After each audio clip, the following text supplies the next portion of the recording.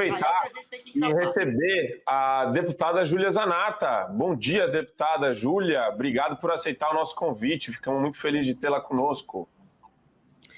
Eu que agradeço. Para mim é uma honra estar aqui com vocês, né? Com o Marco, com a Adriles, com a Geisiane. Muito obrigada por me receber. Estou à disposição de vocês. Deputada, isso que o Adriles estava falando é uma guerra que a gente está vendo ser enfrentada por Israel, né, pelo povo judeu contra o terror, e existe uma guerra cultural travada na comunicação. Os nazistas que saíram do esgoto agora, né, saíram dos bueiros, eles eram exatamente aqueles que falavam que tinha nazismo nas casas de Blumenau, em Santa Catarina. Eu lembro até hoje da matéria daquela repórter da Folha, do Heil, né? Da família Heil. Então, como que você enxerga, deputada, essa situação a partir dessa perspectiva de informação, uma guerra de informação, porque vocês têm que lidar com isso também no Congresso Nacional? Sim, esse artigo que saiu na Folha de São Paulo, da jornalista Giovana Madalosso, na verdade se referia a casas em Urubici, da família Heil, que inclusive tem nome de rodovia em Santa Catarina, e ela disse que esteve lá, né, e que viu escrito no teto de uma residência, que inclusive é alugada via o aplicativo Airbnb. E ela escreveu uma coisa totalmente abjeta, inclusive representamos ela no Ministério Público de Santa Catarina, eu e outros deputados, acho que quase todos os deputados de Santa Catarina, menos os do PT, nós representamos essa senhora no Ministério Público, porque Santa Catarina vem sofrendo, inclusive, muitos ataques, né? Tem gente que chama de... Enfim, vários apelidos ligando Santa Catarina ao nazismo, o que é de uma ignorância e de uma canalice sem tamanho. E agora, parece que tudo acontece, né? Tem muitas coisas, muitas verdades que estão sendo reveladas, né? Quem poderia imaginar que, justo nesse momento que nós estamos vivendo no Brasil, nós teríamos essa guerra acontecendo lá em Israel, para provar quem são os verdadeiros nazistas que nos acusam de nazismo aqui no Brasil, certo? Então, eu vejo, sim, uma grande guerra de narrativas, mas tivemos, por exemplo, essa semana, eu ainda comentei sobre isso, o New York Times, ele corrigiu a informação que havia publicado sobre o bombardeio lá no hospital, né? Ele tinha dado uma informação e ele admitiu que essa informação errada que eles passaram veio do Hamas, certo? Do grupo terrorista Hamas. Então, nós estamos fazendo alguns movimentos para mostrar esse ódio, né? Esse ódio ao mundo livre que os esquerdistas aqui no Brasil têm. Eu fiz, por exemplo, um ofício à embaixada americana e também ao senador Marco Rubio, porque o Marco Rubio ele deu uma entrevista falando que que os vistos de pessoas que apoiam grupos terroristas nos Estados Unidos, esses vistos deveriam ser cassados, certo?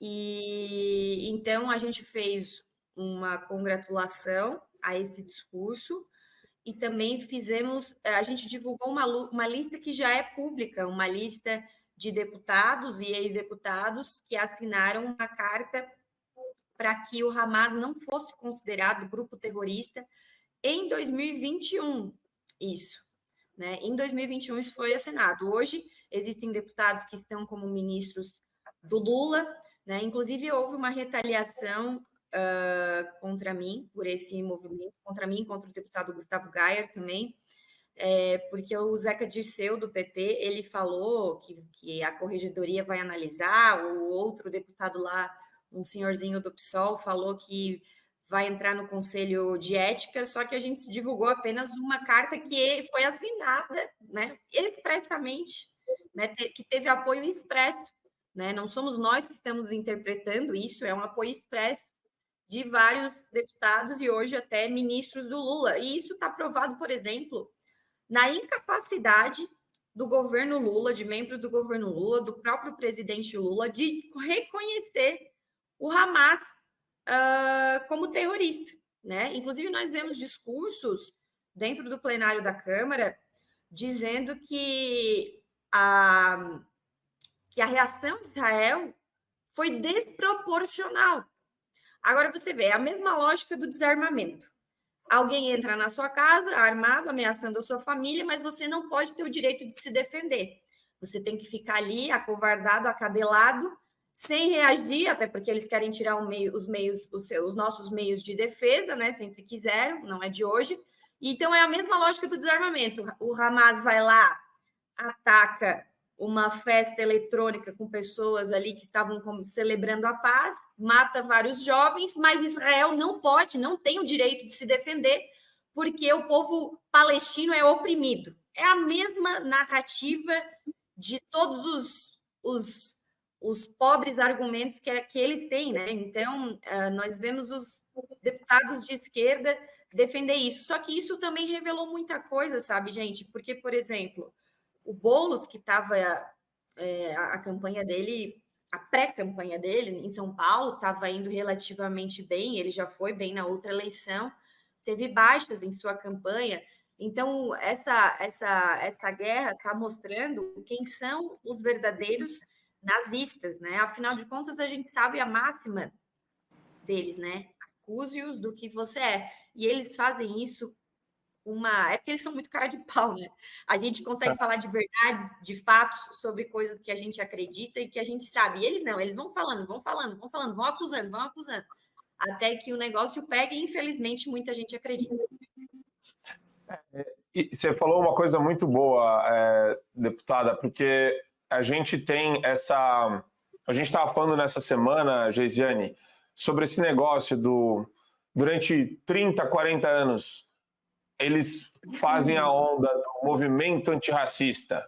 Então, eles chamam todas as pessoas brancas de automaticamente racistas. Eu nasci, eu não preciso ser racista autodeclarado para ser de fato um racista, de acordo com a lógica do Silvio Almeida, da Djamila Ribeiro. E a mesma coisa com o nazismo.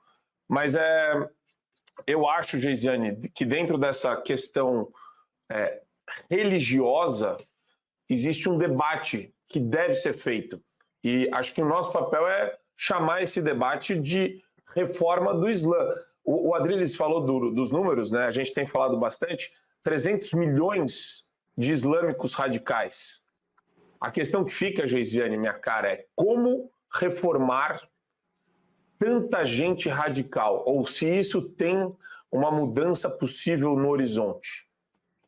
Olha, Marco Antônio, o que a gente precisa colocar nesse debate, e para isso precisa ter conhecimento, primeiro, da história da eugenia, segundo, da história do próprio Brasil, entender qual era o discurso da eugenia, entender, portanto, o que nós vamos defender a partir disso, para a gente começar a inaugurar o debate. Porque o que a gente está vendo é a relativização. Pior não, na verdade, a consequência dessa relativização é a equiparação de coisas que são impossíveis de ser equiparadas, por uma característica muito simples: há uma hierarquia nelas. É evidente que existem religiões que são superiores, é evidente.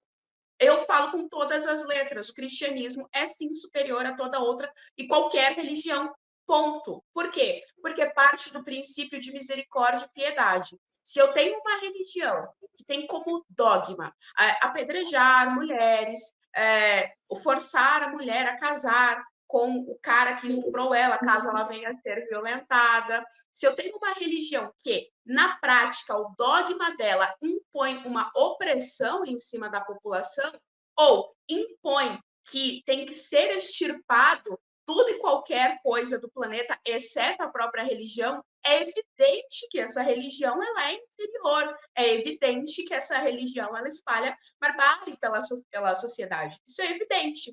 Só que a grande questão é que nós sequer podemos falar a respeito disso, porque a esquerda domina todo o campo cultural. O reflexo do que a gente está vendo na imprensa, do tratamento no que diz respeito aos acontecimentos da guerra, é simplesmente a guerra cultural acontecendo. Então, a narrativa, ela é reescrita, a história, ela é reescrita debaixo dos nossos olhos. Eles não estão esperando nem passar o tempo. A história, ela já é reescrita imediatamente. Então, enquanto ela está acontecendo, eles já estão reescrevendo. Ontem, por exemplo, eu estava na rede social e aí eu vi um post do Felipe Monteiro com o Mano Ferreira. Eles trabalham na Jovem Pan e é esse discurso, por exemplo, que está sendo veiculado na Jovem Pan. E a legenda do post é o seguinte, abro aspas, se Israel quer voltar à paz, precisa demonstrar zelo pelos civis da Palestina. Acolher essas pessoas fortaleceria a imagem de Israel para o mundo e representaria um passo importante para o fim do conflito. Fecho aspas. Então, qual que é a narrativa do Felipe, do Mano, da Jovem Pan e de toda a imprensa? Eu tenho a minha casa, entra aqui na minha casa um cara fortemente armado que mata os meus filhos da maneira mais atroz e cruel possível, degolando, inclusive, estupra mulheres até que as pernas delas sejam quebradas, atiram, fuzilam, faz toda a sorte de todo demonismo que é possível ser feito, e eu tenho que acolher essas pessoas, acolher pessoas que, na grande maioria das vezes, apoiam esse tipo de atitude. O problema é esse. O problema é que são muitos radicais que apoiam esse tipo de atitude, mas eu tenho que acolhê-lo, porque se eu não acolher, eu é que sou responsável pela guerra. Então, veja, é mais uma vez a esquerda criminalizando, culpabilizando a vítima. É exatamente isso que a gente vive no nosso dia a dia. Se um cara entra e assalta a casa, ou se eu estou no meio da rua e levam o meu celular, o que o presidente Lula, por exemplo, diz? Imagina, é um menino de 15 anos que está assaltando só para tomar uma cervejinha. O que a Márcia Tiburi fala, por exemplo? Que ela vê uma lógica no assalto. Então, quer É dizer, isso. a idolatria numa escala muito maior, numa escala de guerra agora. Então, é uma falsa equivalência, querer equiparar moralidades que não são iguais. Existem sim, eu vou repetir, deixar bem claro, existem sim morais e valores e culturas e religiões que são superiores. E se você não tiver a coragem de falar isso abertamente, significa que você já está conivendo com aquilo que é errado no mundo, você já está sendo conivente com o mal. E eu acho engraçado, Geisiane, que durante a faculdade o que eu mais estudava era islamofobia, multiculturalismo, que tudo é igual, todas as culturas devem ser respeitadas. E quando você vê, é engraçado, porque eu não sei se vocês assistiram uma série chamada Falda, e você vê na prática, né, naquela, óbvio, né, na ficção, mas isso tem ressonância na prática, que os pais, as pessoas que não vão se matar, que não serão mártires em prol da causa, que é a jihad, eles apoiam, né, quem quer ser mártir. Eles escondem, eles dão guarida, eles dão toda a infraestrutura necessária para uma pessoa chegar num bar, para uma pessoa chegar num restaurante, cheia de explosivo e explodir todo mundo lá dentro. Essa insanidade que a gente está colocando aqui em perspectiva, e ela é alimentada, sim, por um discurso radicalizado que você encontra no islamismo e que deve ser objeto de reforma. Mas olha só, eu quero falar um pouquinho de terra brasileira, Adriles Jorge, aproveitando que a gente está com a deputada Zanata aqui, vamos colocar, deputada, um prêmio que vai ser oferecido para uma pessoa muito querida da nossa nação brasileira, uma pessoa que tem, sim, um lado democrático, de defesa das instituições, de defesa da liberdade de expressão, de defesa dos meios de comunicação, de defesa da liberdade aqui nas redes sociais. E o prêmio vai ser oferecido por Luciano Bivar. Para quem, meus caros? Coloca na manchete para a gente ver. Olha só. Luciano Bivar está oferecendo um prêmio de defesa da democracia para Alexandre de Moraes. Isso não é inventado, isso não é uma brincadeira, isso é uma matéria da Gazeta do Povo, repercutiu no Brasil inteiro ontem, e eu fiquei estarrecido com isso, deputada, porque parece que esse pessoal do União Brasil, na verdade é o seguinte, todos que se silenciam perante a ditadura que existe hoje do judiciário, são cúmplices de um estado de exceção. E este ato é mais do que a mera cumplicidade, sabugismo. Isso daqui é um escarro, na cara dos cidadãos presos, das mulheres, das senhoras presas, do Daniel Silveira, do Paulo Figueiredo, do Rodrigo Constantino, do Alan dos Santos, do Oswaldo Eustáquio, de todo mundo que foi perseguido e ainda tem medo de ser perseguido pelo Supremo Tribunal Federal. Como reagir a isso enquanto oposição, deputada?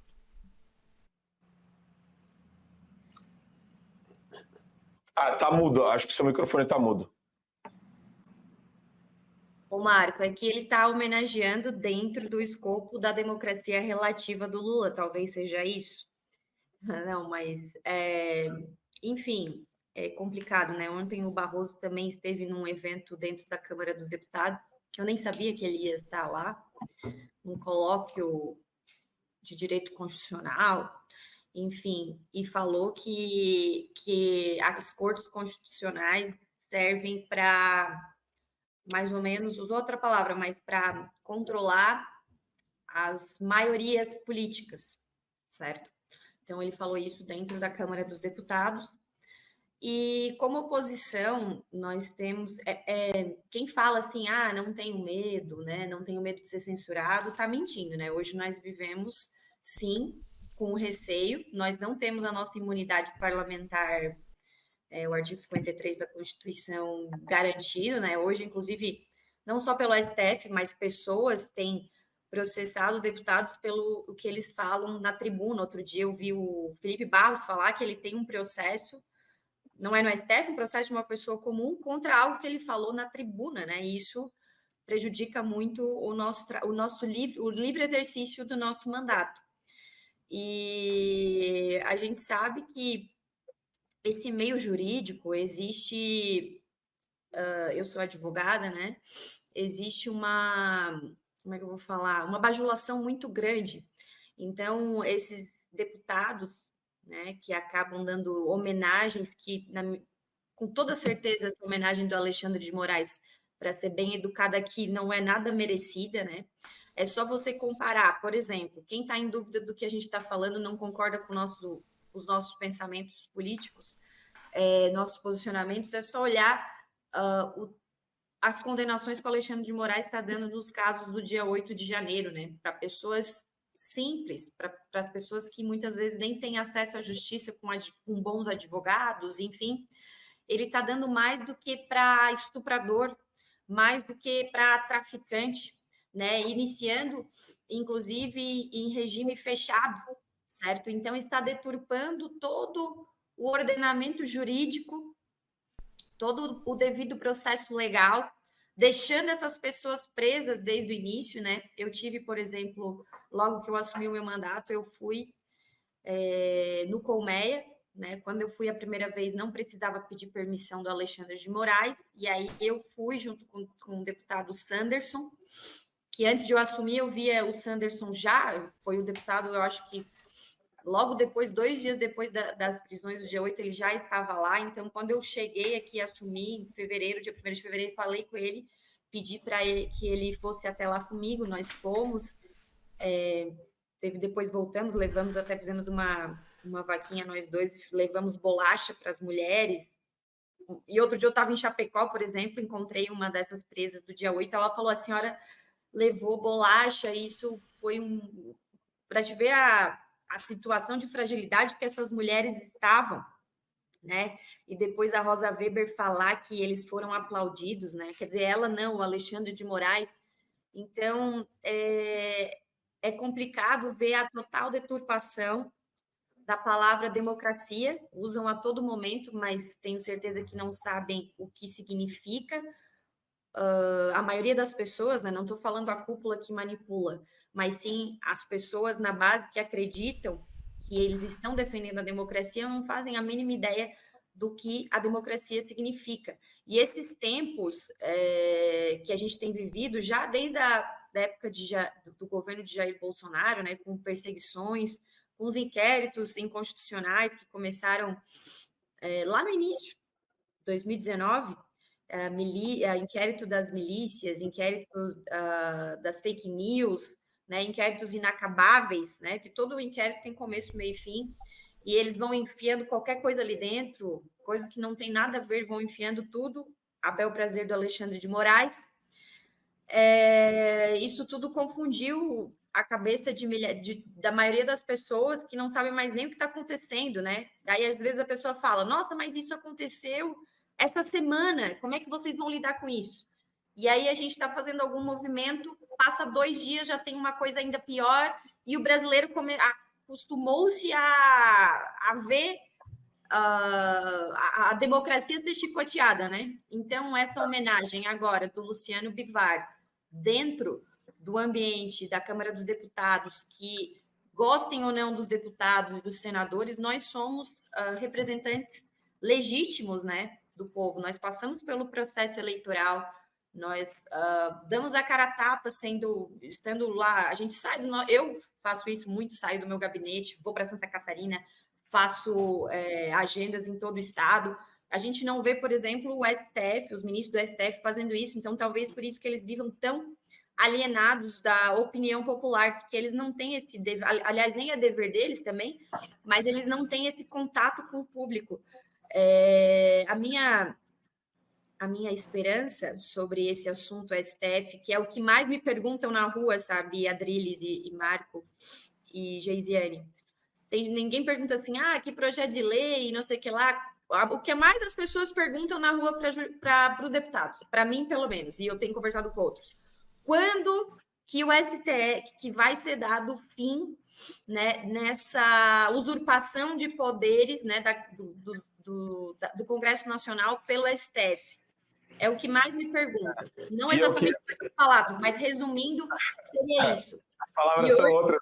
A gente sabe que as palavras são outras. São um pouco mais duras, eu acho que eu não poderia falar aqui, mas enfim, resumindo, seria isso. Então, a minha esperança hoje é que a gente está vendo alguns acordar. Por exemplo, o Rodrigo Pacheco tem conversado com os membros da oposição, não só do Senado, mas da Câmara, né? A gente fez uma obstrução bem sucedida, 2 semanas, a Câmara praticamente parou.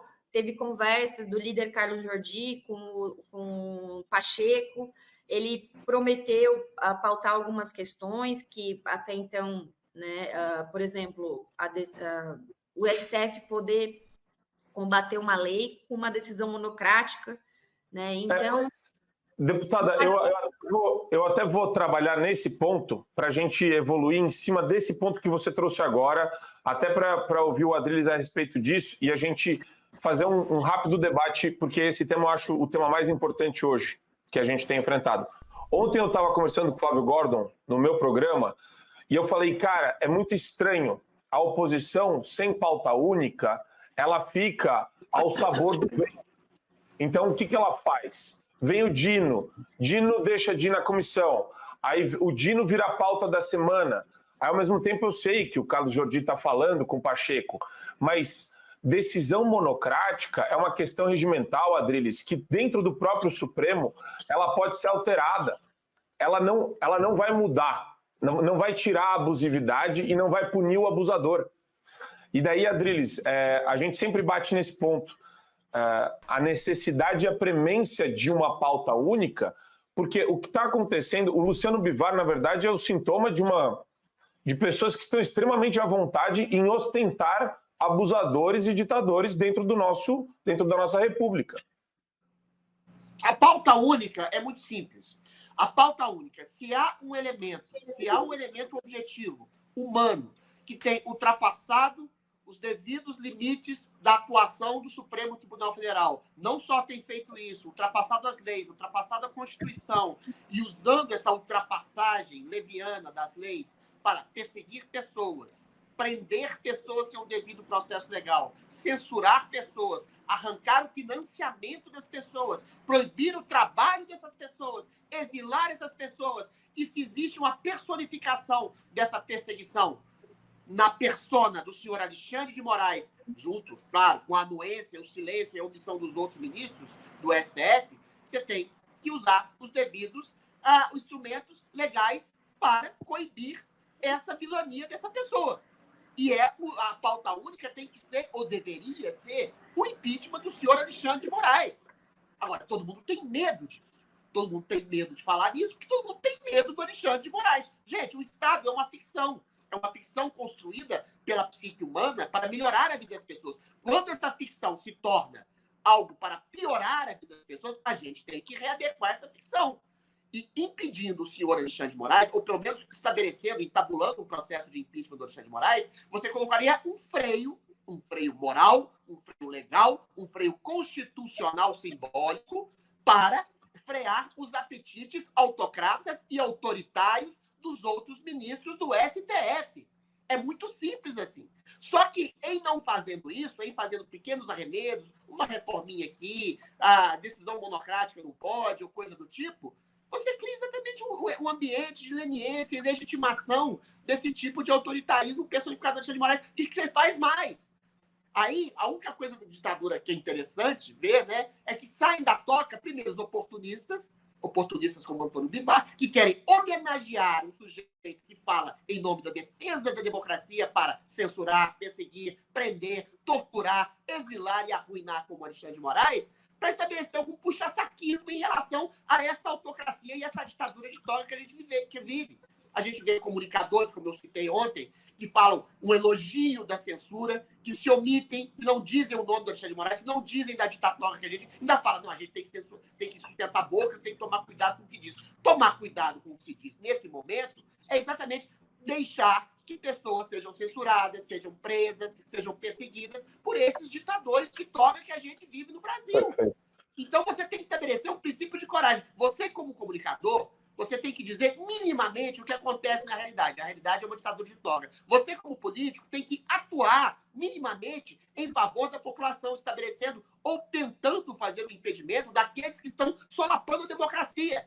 É muito simples assim. Agora, se ficar com eufemismo, com silêncio, com autocensura justificada e, pior, com puxa-saquismo daqueles tiranos, aí realmente eles vencem, não por uma ditadura oficial que supostamente não existe no Brasil, né? Não existe uma ditadura nem uma censura oficial, embora a gente saiba que existe. Mas se você estabelece por medo, por omissão ou por puxa-saquismo aquele que você tem medo, aí eles venceram. Vira uma ditadura simbólica pior. Uma ditadura simbólica em nome de uma suposta e falsa defesa da democracia.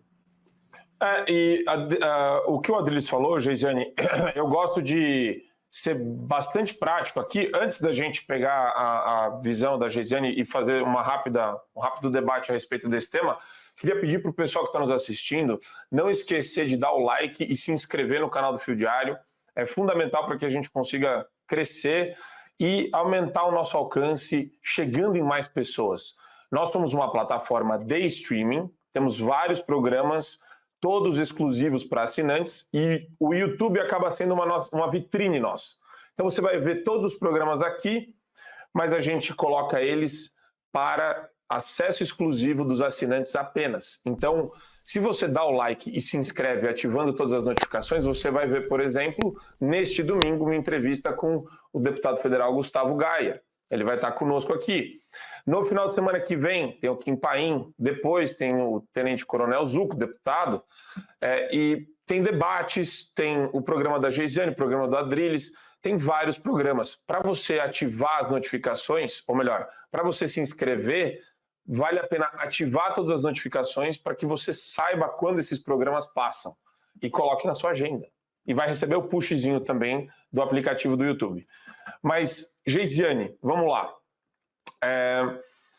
Eu gosto de ser uma pessoa extremamente prática.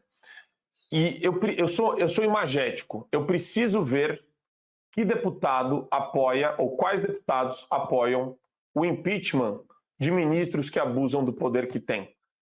E aí é uma pergunta que eu acho que depois a gente vai fazer para a deputada Júlia, mas será que não falta, eu vejo às vezes faltar um pouco de articulação em questões relacionadas à mobilização popular.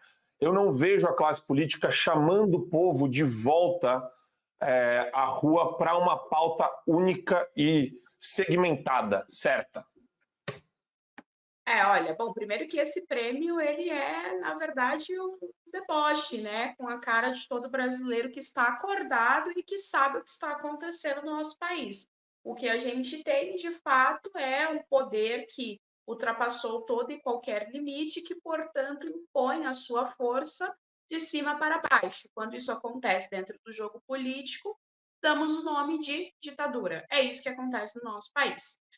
E o que bastante assim, me incomoda, e eu venho já falando há vários programas a respeito disso, é que eu, enquanto eleitora, percebo uma inércia do nosso Congresso. Eu percebo a inércia, por exemplo, cadê os nossos senadores?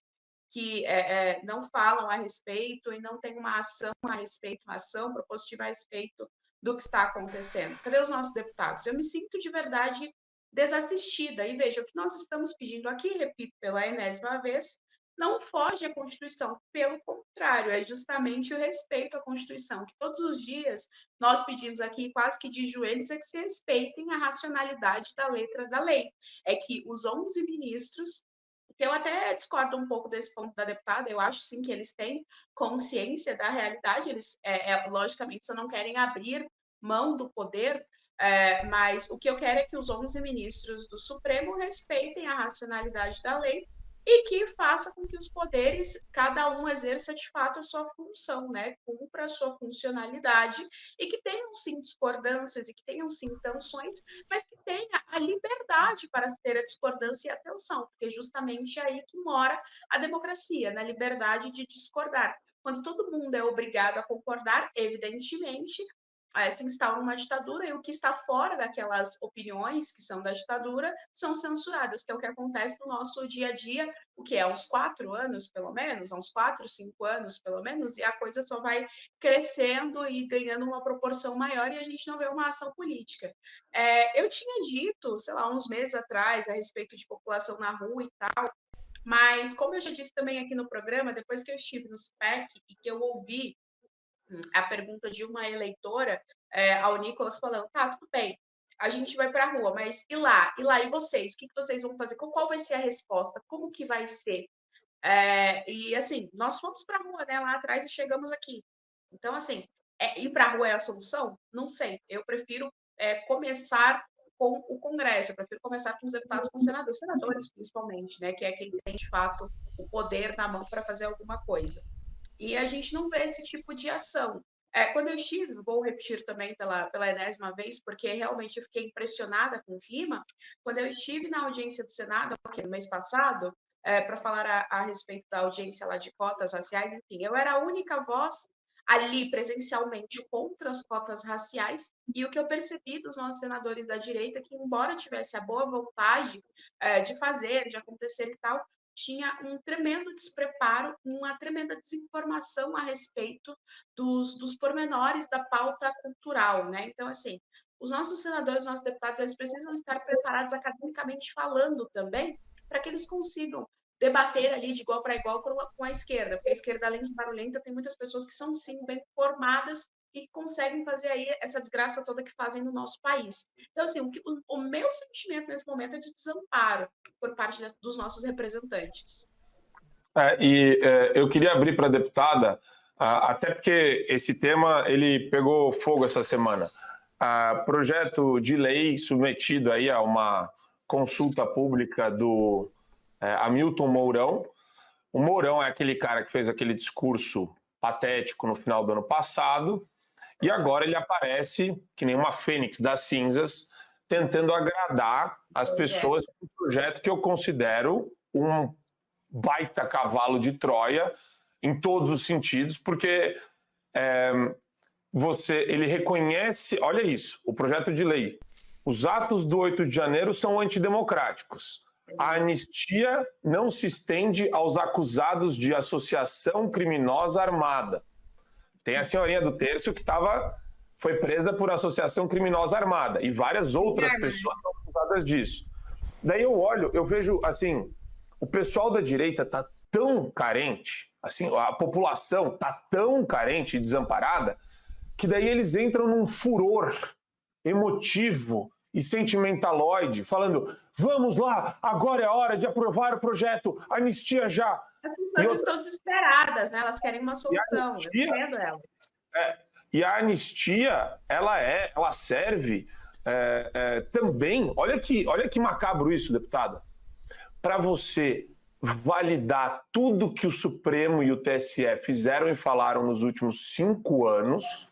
Bolsonaro ataca as instituições, ataques antidemocráticos, TSE, imprensa e Supremo. E você também vai, passando um projeto de lei desse, você nunca vai poder perseguir e responsabilizar Alexandre de Moraes por abuso de poder, porque você reconheceu que tudo que ele falou e fez está correto. Primeiramente, queria falar, o senador, hoje, né, senador Mourão, antes ele foi vice-presidente, e durante a vice-presidência ele deu diversas declarações, como, por exemplo, sobre o desarmamento, né, como pelas declarações que ele dava, ele era um desarmamentista. Então, as pessoas, na hora que vão votar, também precisam pesquisar o que essa pessoa já falou sobre os temas, né, e não ir assim, tá junto ali no time, vamos ver se deve ser bom. Não, a gente tem que pesquisar o que as pessoas falaram, né? E a gente tem que ter essa autorresponsabilidade, cada cidadão brasileiro. Segundo, eu queria voltar ali ao assunto sobre impeachment, enfim, né? Porque o Adriles falou que é simples assim, é uma pauta única, né? Que bom que se fosse simples assim, né? Agora, na política, tem questões que a gente tem que analisar os cenários. Por exemplo, impeachment de qualquer ministro do STF, do Alexandre de Moraes, que obviamente isso é óbvio que ele tem ultrapassado todos os limites constitucionais, legais, tem feito perseguições políticas, isso está muito claro, e que nós estamos vivendo sobre um regime ditatorial nesse sentido. Agora, vamos dizer que a gente tem o apoio de quem pauta o impeachment, né? Isso o povo precisa saber como as coisas funcionam. É claro que eu posso ficar aqui falando, impeachment, vamos botar o impeachment do Alexandre de Moraes, primeiro que não é a Câmara dos Deputados, é o Senado. Segundo, que a gente pode pressionar o Senado, claro. E aí vamos dizer que o Rodrigo Pacheco compre a nossa ideia, né, que já não comprou enquanto nós éramos governo, que a gente sabe que quando a gente tem o executivo na mão, o governo na mão, a máquina na mão, a gente tem muito mais poder de fogo. Então, nós não conseguimos, isso é a realidade. Ela é dura, mas essa é a realidade. Nós não conseguimos quando nós tínhamos o poder de fogo na mão, né? Emendas, enfim, porque a gente sabe que isso, no final do dia, na política, é assim que funciona. Então, o que acontece? Vamos dizer que o Rodrigo Pacheco acorde, como a gente está acordando um pouco, e queira pautar um impeachment ministro. A gente sabe que o governo hoje, o governo Lula e o STF estão alinhados, inclusive em pautas. Como diz o Bolsonaro, assim que eu perdi a eleição, abriu-se a porta do inferno. Porque até então, nos 4 anos dele, não tinha passado aborto, em que pese pelo judiciário, não tinha passado drogas, e agora eles estão passando tudo. É uma clara conexão de ideias entre o executivo e o judiciário. Então, vamos dizer que o Rodrigo Pacheco pautasse. Temos nós votos suficientes dentro do Senado para o impeachment? Não temos. O nosso poder de fogo foi mostrado na eleição de presidente, né? Até achei que fez bastante voto, o Rodrigo, né? E o que se fala nos bastidores é que a disputa dentro do Senado, o ano que vem, vai ser entre Davi Alcolumbre e Renan Calheiros. Então, esse é o cenário do Senado da República hoje, né? E nós temos que levar isso em consideração. Nós não podemos ficar falando coisas que não podem se tornar realidade nesse momento, nessa conjuntura política, entendeu? Então, assim, isso é uma realidade. Nós não temos força suficiente... Desculpa, pode falar. Deputada, perdão interrompê-la, só para alargar o debate. O Congresso foi eleito por pessoas como a senhora, que é conservadora, por uma maioria de pessoas que vieram a ser eleitas a reboque do bolsonarismo, do conservadorismo, do cristianismo, do liberalismo, toda essa multifacetagem da direita. Então, você tem um Congresso de maioria conservadora e de direita no país, sobretudo no Senado também. O que a gente não entende, a gente que é espectador da política, é porque essa maioria não se articula e não assume o poder que tem. Não existe maioria. Um trave burocrático que a gente até já discutiu aqui, por exemplo. Sim, o STF faz chantagem com alguns senadores e deputados também, porque tem processos lá atrás que eles voltam. Agora, se eventualmente se une, não estou nem dizendo para aprovar o impeachment, se discute o impeachment, se coloca essa discussão entabulada na mesa, se coloca os avanços absurdos do Alexandre de Moraes para cima, para rasgar a Constituição, para perseguir as pessoas. O que a gente quer é que esse debate seja colocado na mesa para que comunicadores que se silenciam, se censuram, também tenham a obrigação e se sintam obrigados a colocar esse debate na mesa. Porque a gente não vê esse debate. A gente não vê esse debate nem na Jovem Pan, nem na CNN, nem na Globo e nem no Congresso Nacional. Ficam enxugando o gelo. Então, pelo menos entabular esse debate, estabelecer esse debate de uma maioria que foi eleita. E essa maioria, deputada, por isso que a gente fica meio indignado, está sendo perseguida. Qualquer hora, o mandato da senhora, o mandato do Nicolas, o mandato do senador Girão, está tudo em jogo. Porque o que a gente está vendo é uma desproporção absurda em que o Congresso Nacional, que eu acho que é o poder que tem mais poder no Brasil, porque vocês constroem as leis, constroem os caminhos das leis, está sendo solapado pelo Supremo Tribunal Federal. E a gente vê reações tímidas e pontuais. O Marcel Manhattan ali, mas, a Adri, senhora aqui, são muito poucas as pessoas que falam exatamente disso. A gente quer ver esse debate na mesa e a reverberação desse debate. Eu posso terminar de falar, Marco Antônio? Claro lá. Posso terminar de falar? Posso terminar de falar? O que acontece? Esse papo de maioria é um mito. Não existe, tá?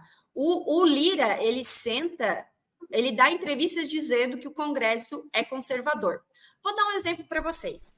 Bancada feminina na Câmara dos Deputados. Às vezes eles mandam um e-mail para nós, para o meu... mandam assim, qual proposta a senhora quer que a bancada feminina trabalhe? Travou? Qual proposta de seu interesse? Oi, tá me ouvindo? Estão me ouvindo? Qual proposta do seu interesse a senhora quer Tô te ouvindo. que a bancada feminina coloque em pauta? Daí eu coloco, por exemplo, que não é autoria minha, mas é de meu interesse. Porte de arma para mulher em situação de violência doméstica. Ah, não, muito radical. Proibição de banheiro unissex. Ah, não, muito radical. Nunca catam as minhas proposições. Mas daí, nem sei o que chamar, a Érica Hilton, né, que não, inclusive não nasceu mulher, mas está na bancada feminina, ela propôs, por exemplo, cotas para morador de rua em empresas, 3%. E essa proposta não foi considerada radical pela mesa. Então, por exemplo, hoje você vê partidos que estiveram na base aliada de Bolsonaro estão na base aliada de Lula.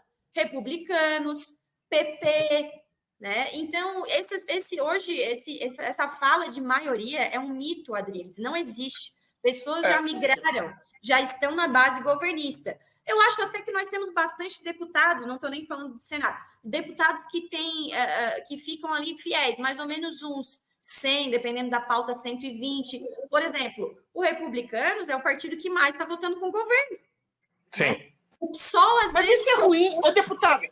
Isso é ruim para vocês. Só um segundo. Deixa eu fazer uma pergunta agora, que eu queria entender o seguinte. A gente não pode iludir as pessoas que nós temos um Congresso Mas isso é conservador. ruim para vocês. Quando o cara Deixa eu só fazer a pergunta, Adriles.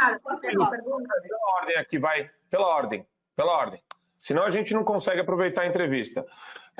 Deputada, Pela ordem. é que você não deixa os outros falarem, Adriles. Então, por favor. Antônio, eu fiz uma interrupção só. Não, você fez mais. Sim, Eu queria Mas é que saber... é bom daí o debate, se não passa o momento... Não, o que eu queria eu só queria pontuar uma coisa. Adriles, eu ainda não fiz a pergunta. Deixa eu terminar minha pergunta, você entra. Poxa vida, eu sou obrigado a fazer isso com você toda vez. Não, Marco Antônio, você já falou 5 vezes. Eu falei 2 só, mas tudo bem, vai lá. Deputada, eu queria saber o seguinte. Ninguém aqui gosta de ilusão. O projeto do Mourão é ilusão pura, é jogar para a plateia. Eu também não acho, e o Adriles também não acha, que a maioria é conservadora. A gente falava isso desde o momento que o Congresso assumiu, desde fevereiro.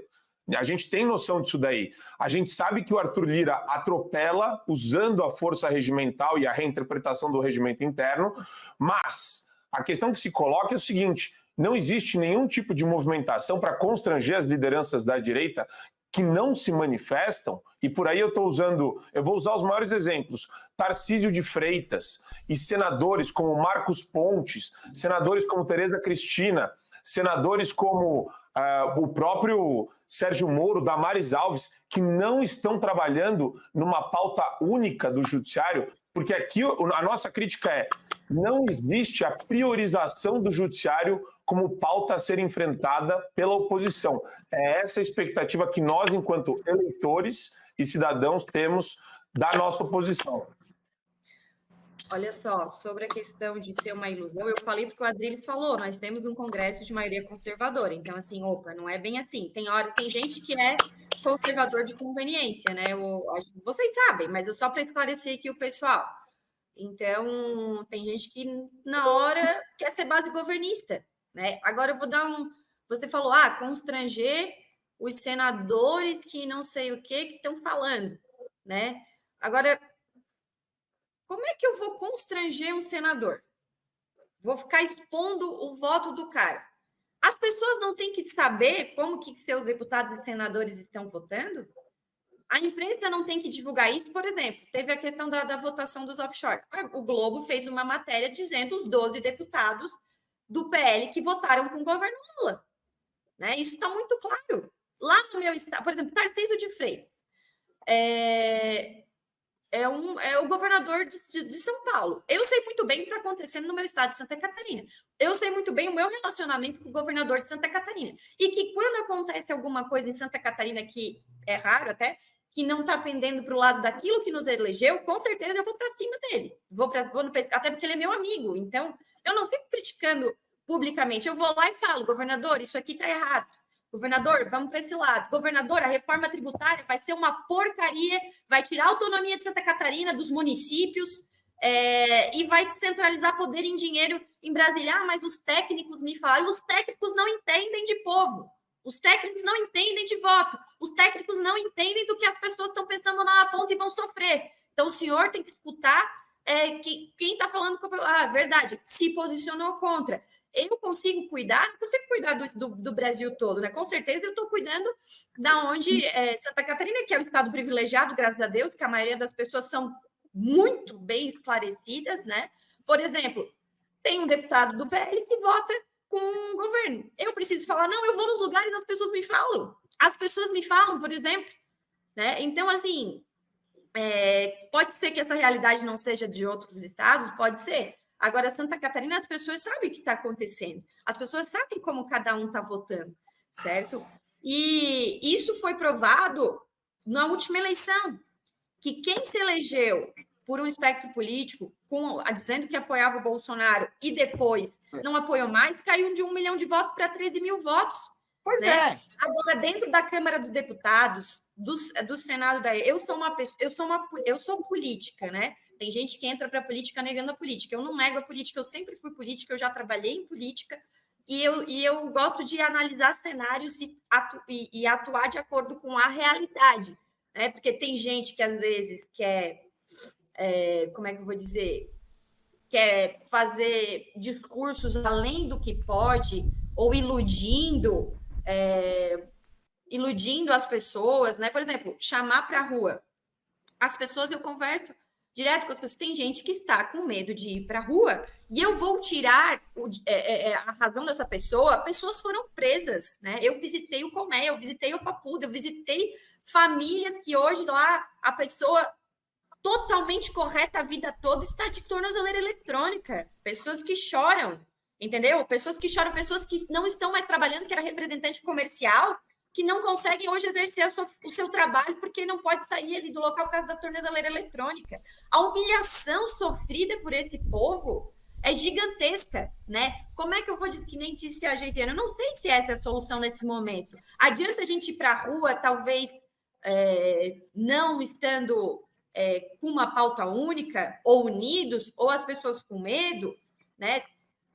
A questão, por exemplo, de um impeachment de um presidente da República, ela é uma conjuntura de situação econômica, falta de apoio político, né? Eu creio que esse momento vai chegar, porque esse governo está... Deixa né? eu Por exemplo, uma coisa rapidinho para ela. Eu concordo plenamente quando a senhora fala que a maioria dos que foram eleitos através dos escopos conservadores não são conservadores, na verdade são oportunistas que querem angariar mais votos e se manter no poder. Mas uma vez que o STF tira as prerrogativas do legislativo e fica votando a favor de aborto, fica votando a favor de descriminalização de drogas, a favor de relativização de propriedade privada, eu fico imaginando esse deputado dialogando com o seu eleitor, o eleitor vê, eu votei em você como conservador, você dá o poder para o STF legislar a respeito de aborto, a respeito de liberação de drogas, a respeito de relativização de propriedade privada. Por que serve um deputado e um senador? Então, é pelo próprio interesse da vaidade e do próprio espectro eleitoral de vocês que eu faço esse clamor. Por exemplo, o Pacheco está agora querendo estabelecer uma PEC de reforma do judiciário, pequena reforma do judiciário, não é por amor ao país, vamos ser sinceros, não é por patriotismo, é porque ele não tem voto nenhum em Minas Gerais. Eu sou mineiro, eu votei no Pacheco, deputada. Votei no Pacheco contra a Dilma Rousseff. Eu não votaria mais. E não vou votar mais. Porque exatamente ele não fez nada para coibir os abusos absurdos do STF. E se ele está fazendo alguma coisa agora, é porque ele percebe que o eleitorado dele mingou. Então, além de tudo, eu acho uma burrice de um senador e de um deputado que não faz um enfrentamento democrático, constitucional, como diz o presidente, dentro das 4 linhas da Constituição, ao Supremo que está tirando todas as prerrogativas e ações do Legislativo. Eu vou deixar... Mas o que você faria como deputado? Dá um exemplo prático. Porque eu vejo assim, parece que tem gente que, inclusive, quer colocar as pessoas contra os deputados que estão lá resistindo bravamente. E isso eu não acho justo, entendeu? Porque, assim, ó, a gente leva paulada, inclusive, das pessoas que estão do nosso lado. Porque não se vê nada. Porque numa guerra... Quem me falou isso, inclusive, foi o Paulo Figueiredo. Numa guerra assimétrica, não existe solução. É simples assim. Não é simples assim. Não é simples assim. Não existe solução. Existe resistência e fricção. Incomodar. Com certeza, o Lula não está governando um país que ele achou que ia governar, que ele governou lá atrás, por exemplo. Não é a mesma questão econômica, não é a mesma forma de se posicionar em comunicação, contratando mega publicitários e estando ao lado da imprensa, porque hoje tem o advento das redes sociais. Então, eu tenho certeza que aqueles que se mantêm na oposição hoje estão se incomodando. Vou dar um exemplo para vocês. Em Criciúma, minha cidade, nós somos em 3 deputados federais eleitos, né? Hoje tem mais uma porque subiu. O governador chamou uma para ser secretária e subiu. Os outros costumavam no passado dar votos, por exemplo, 2 votaram a favor da prisão do Daniel Silveira, 2 desses, sabe? E eu virei deputada esse ano e tal. E tem 2 do PL da minha cidade, eu e mais outro deputado. Esses outros 2 votam como nós votamos. Porque se não votarem, por exemplo, vão levar Paula na base eleitoral. Já aconteceu isso no passado, né? Então, isso eu não preciso nem falar com eles já vão votar como a gente vai votar por pressão popular, né? Então, assim, falar que nada avançou, que nada está acontecendo, que nada mudou. Bolsonaro elegeu pessoas no cangote dele? Elegeu. Agora, isso é falado pelo próprio Eduardo Bolsonaro, pelo próprio Bolsonaro, e essa legislatura está muito melhor nesse sentido de oposição de pessoas que, se não sabem o que estão fazendo ali, pelo menos estão votando de acordo com aquilo que é necessário nesse momento. Agora, as coisas, elas têm que ter o momento adequado. Todo mundo deputada, a senhora me fez uma pergunta objetiva, o que eu faria como deputado? A primeira coisa é discursar, fazer igual o Marcelo Van Hatten faz, dizer que existe uma ditadura no judiciário do país. Mas quem não fala isso? Quem que não fala isso? Quem que não fala isso? São poucas pessoas. A senhora, o Marcelo Van Hatten... Me dá um segundinho, Adriles. Mas já é alguém, pelo menos, né? Por exemplo, assim, antigamente talvez não teria... Se fosse uma maioria, seria melhor, né? Mas nós não temos maioria. Deveria ter. A maioria do Congresso é conservador. Na verdade... Nós não temos maioria. Vamos pegar o PP, por exemplo. São poucos. Os republicanos. São poucos. Eu queria trazer uma questão que veio de um superchat aqui, do René Góes, lá dos Estados Unidos, que ele traz um levantamento... A gente mais ou menos está falando sobre isso, mas vamos colocar aqui o superchat dele para vocês acompanharem. Vamos lá. René Góes, USA. Ontem você falou do Luciano Hang, mas você esqueceu que ele foi considerado inelegível pelo TSE, mesmo sem ser político. Até quando nós políticos que respeitam vão mudar isso? Você falou, eu acho que a gente falou do Luciano Hang, mas em outro contexto. Vai. Impeachment, idade mínima de 60 anos, ser juiz federal, fora quem não se encaixa nesses critérios, isso seria a transição. Precisa mudar isso urgente. Grande abraço, deputada. Considere minha sugestão, please. O René Góes mandou. Eu acho que a Geisiane, eu vou aproveitar essa questão do René e vou... Geisiane, você tinha alguma pergunta para a deputada também? Mas eu acho que eu já me senti satisfeita. Pelo que eu entendi, aquilo que eu já achava mesmo, que eu já tinha dito aqui em programas anteriores, e as pessoas ficaram bravas comigo. Mas o que eu tinha dito é que, primeiro, essa história de que é o Congresso mais conservador é uma das maiores fantasias que a própria direita criou. Não existe isso. O que existe são pessoas que... Uma parte é oportunista, eu acho que grande parte de lá é oportunista, surfa de acordo com a onda. E a outra parte sequer sabe o que é conservadorismo, assim, não deve ter lido 10 páginas na vida a respeito do que é o conservadorismo, para tentar colocar em prática dentro da ação política. E eu já disse isso, né? Eu vou aqui mudar de opinião, tá? Eu já mudei outras vezes, eu vou mudar de novo aqui, reforçar que eu mudo de ideia em relação a ir para a rua e pautar, porque não adianta, a gente precisa da mobilização lá, principalmente do Senado. E a gente não tem. Não existe esse tipo de mobilização. Então, veja, eu entendo as pessoas estarem com medo, porque, veja bem, se o nosso representante, que tem muito mais poder de fogo metafórico, tá? Para quem está nos assistindo, eu estou usando metáfora. Se o nosso representante tem poder de fogo muito maior, se um senador tem um poder de fogo muito maior que eu, e eu não posso contar com essa retaguarda dele, então eu não posso entrar no campo de guerra, eu preciso da minha retaguarda protegida. E eu não vou ter. Então, assim, eu entendo as pessoas não irem à rua e, enquanto socióloga, eu entendo que tudo isso está acontecendo, uma hora vai pressionar a malha social e explode, estoura. Nisso, Karl Marx tinha razão, uma hora as tensões explodem. E geralmente explodem... Metaforicamente também, tá? As tensões explodem metaforicamente. A gente pode começar pela questão do René, deputada, que ele coloca sobre uma reforma do judiciário, estabelecendo prazos, mandatos para os ministros do Supremo.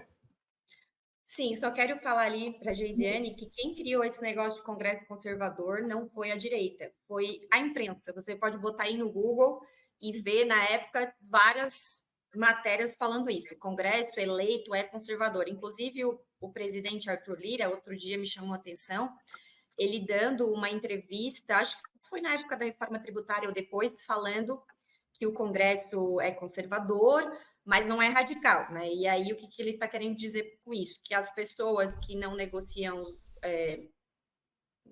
seus valores, seus princípios, são os radicais. No caso, eu acho que ele estava chamando a gente de radical, mas tudo bem.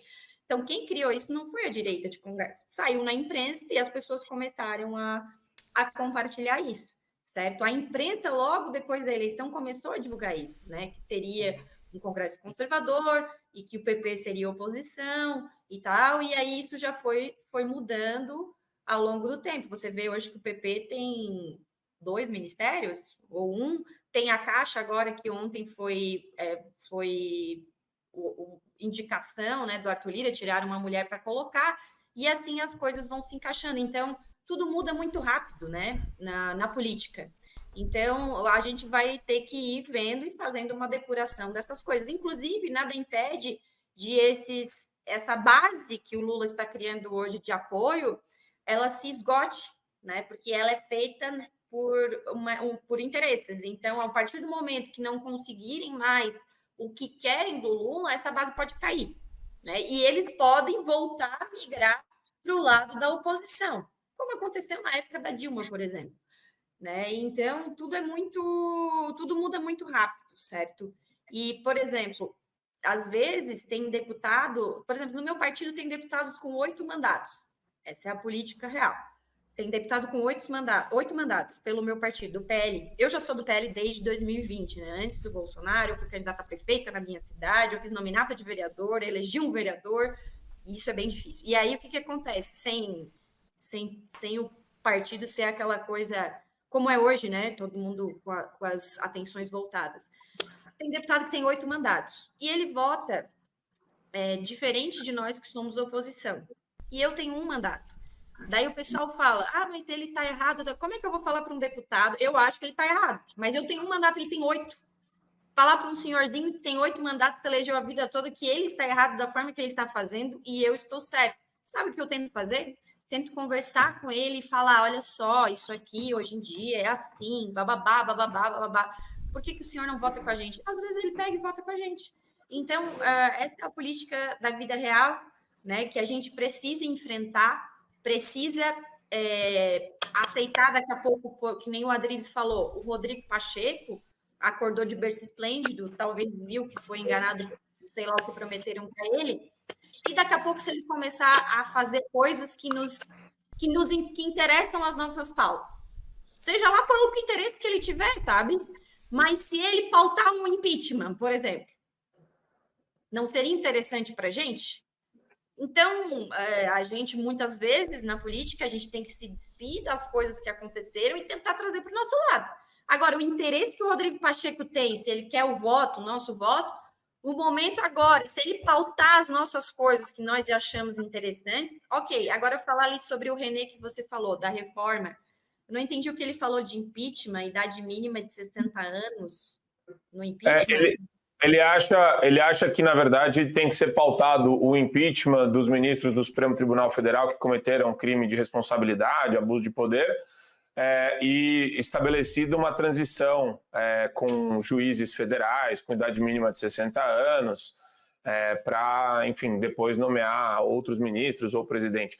Alguma coisa para restabelecer o mínimo de decência e moralidade do ponto de vista institucional aqui republicano. Sim, tem várias propostas dentro da Câmara dos Deputados e dentro do Senado de reforma do judiciário. Tem gente que, inclusive, preferiria que o STF fosse apenas de juízes de carreira, né? O que, na minha visão particular, isso não impediria autoritarismo ou avanços de pautas ideológicas, né, de pautas progressistas, porque a gente sabe que as universidades formam pessoas, a maioria das pessoas com cabeça progressista. Então, eu não vejo isso como uma solução. O que mais me agrada, na verdade, é o mandato com tempo determinado para juízes, para ministros do STF, né? E sobre o funcionalismo público como um todo, eu acho que uma coisa que seria ideal seria acabar com a estabilidade, certo? E no caso do juiz, quando ele comete alguma coisa de errada, o que acontece com ele? Ele é aposentado compulsoriamente. O que isso acontece? Ele vai receber a remuneração, a aposentadoria de acordo com o tempo que ele trabalhou. Então, isso a gente sabe que não é punição. Poderíamos começar com essa questão. Agora, se a gente não vai enfrentar, por exemplo, durante esses 4 anos, a questão da estabilidade no serviço público, porque nós temos um governo que nunca vai querer acabar com isso. E a gente sabe o poder de fogo que o governo tem em cima do legislativo. Tanto é que está conquistando uma base, é verdade que não uma base sólida, mas que pode mudar a todo momento, como eu falei, mas é a realidade. Esse governo, ele inclusive defende, né, muito, sempre se elegeu com a força do funcionalismo público. É isso. Eu acho esse assunto maravilhoso e eu acho importante aqui falar para a audiência também, que é o seguinte: a gente quer chegar no mesmo lugar, a gente colima o mesmo fim, né? Mas o que o Adriles, a gente está fazendo aqui, e a deputada graciosamente veio ao programa para debater quais são os melhores rumos, quais são os melhores caminhos, porque são dúvidas pertinentes do nosso lado e ela está explicando como é que funciona lá dentro. Eu ainda acho, deputada, que falta, a minha provocação sempre vai ser essa, falta um José Dirceu da direita. Falta um cara de bastidor que vai pegar e não vai constranger o Tarcísio de Freitas publicamente, mas eu, como comunicador, tenho que constrangê-lo. Eu tenho que falar, Tarcísio, você está pagando o salário da Vera Magalhães, que está chamando a deputada Júlia de nazista. Eu tenho que fazer isso. Eu tenho que fazer isso. Eu tenho obrigação moral com a audiência e comigo mesmo, na hora de deitar a cabeça no travesseiro, de fazer isso. Eu tenho que falar, galera da oposição, vocês estão sendo devorados vivos pelo Supremo todos os dias.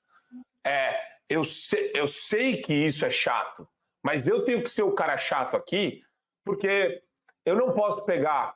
Eu apoio.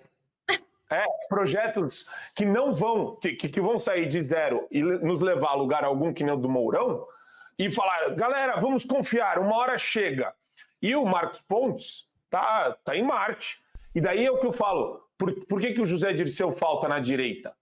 Porque é o cara que vai pegar e ligar para o Marcos Pontes e falar, escuta, irmão, qual que é a tua?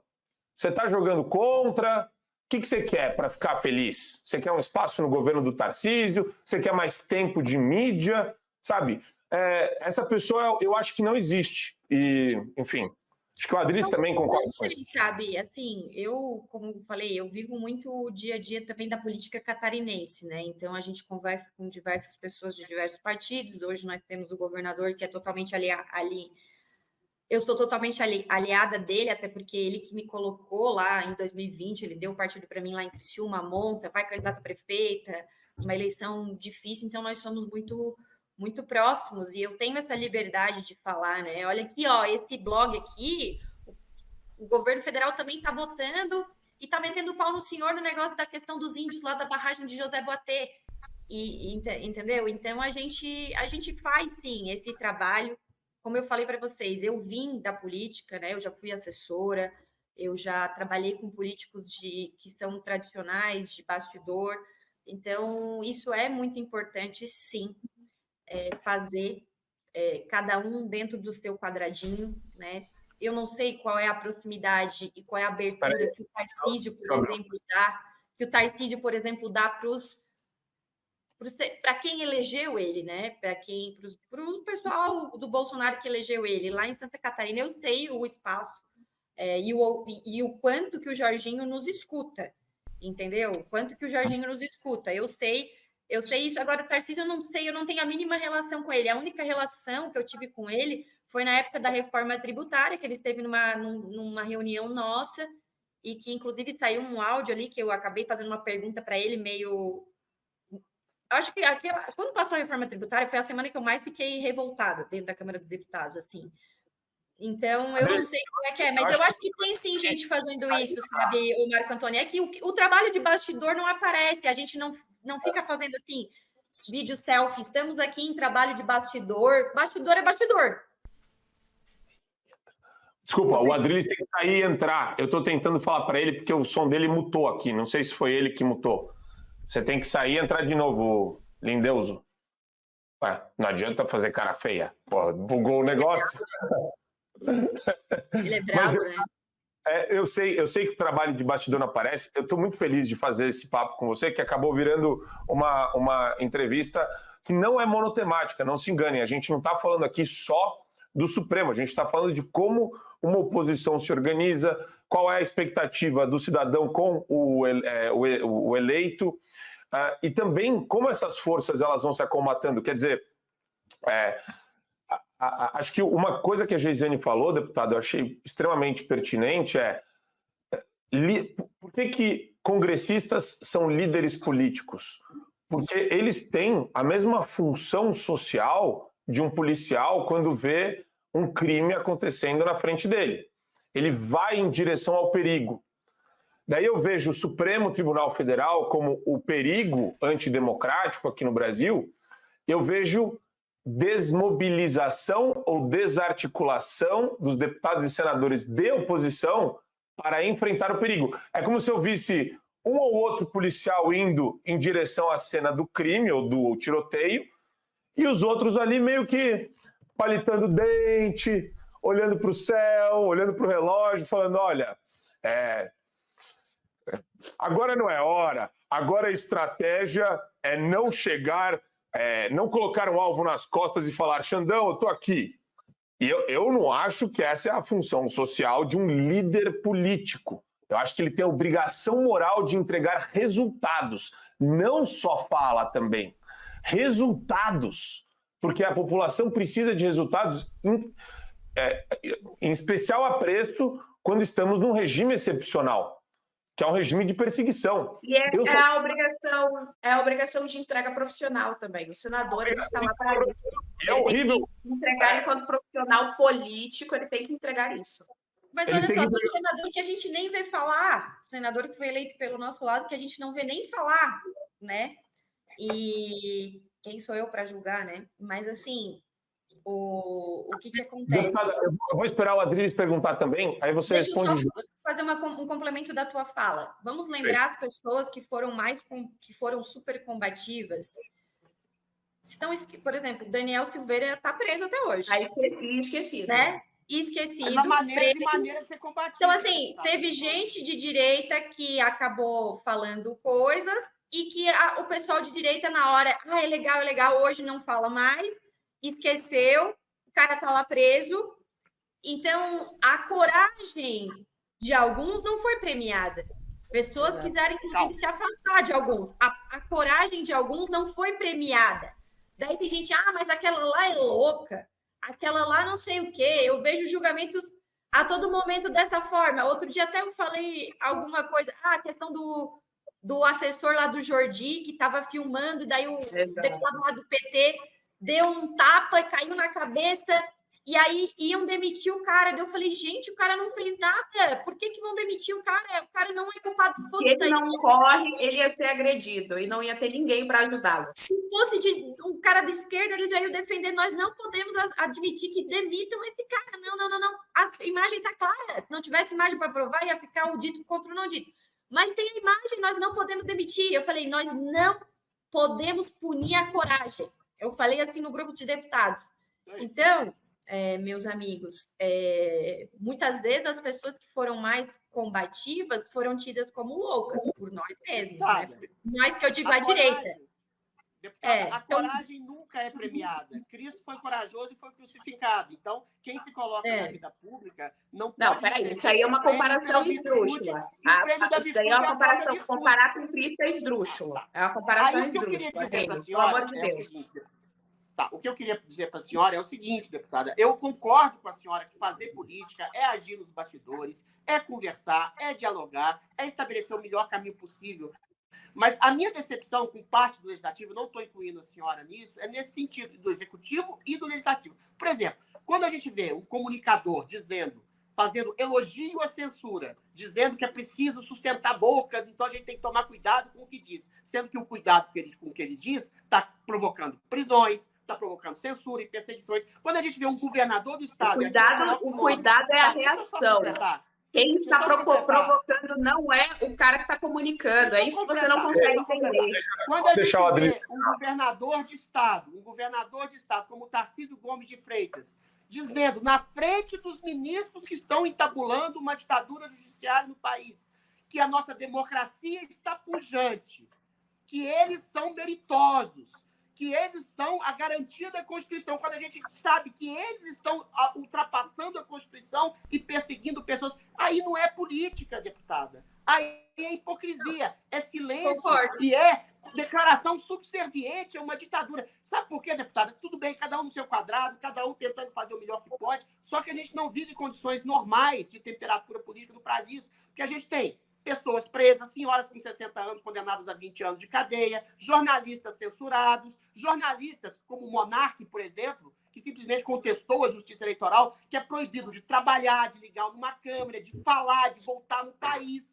sendo que 300 mil reais de multa, tiraram a conta, limparam a conta dele. Ou seja, não há uma disputa política normal no país. Então, o que eu peço a vocês, a senhora fala de maneira veemente, o que eu peço ao Congresso é a principal coisa, é falar, é dizer a que veio. O Tarcísio Gomes de Freitas, ele não precisa puxar o saco do Gilmar Mendes, é dizer, existe uma ditadura do judiciário do país. Você acha que alguém vai prender o Gilmar Mendes? Você acha que alguém vai prender o Emílio Surita por falar que existe uma ditadura do judiciário do país? É claro que não. Agora, se ninguém fala, se ninguém diz o que está acontecendo na frente dos nossos olhos, senhoras presas, pessoas perseguidas, massacradas, arruinadas, aí eles ganharam.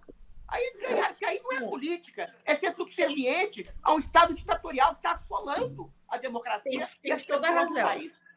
Tens toda a razão quanto às falas ali nesse ponto do Tarcísio de Freitas, né? Uma coisa é ele, institucionalmente, como governador, ter que ir numa reunião com os ministros do Supremo, como, por exemplo, o meu governador de Santa Catarina teve que fazer sobre o marco temporal. Outra coisa é além de escutar coisas que ele fala, ter que falar e a elogiar, né? Isso não óbvio que não é cabível, como, por exemplo, na primeira reunião após o 8 de janeiro, que o Jorginho me ligou e falou: eles chamaram todos os governadores lá, o que tu acha, tal.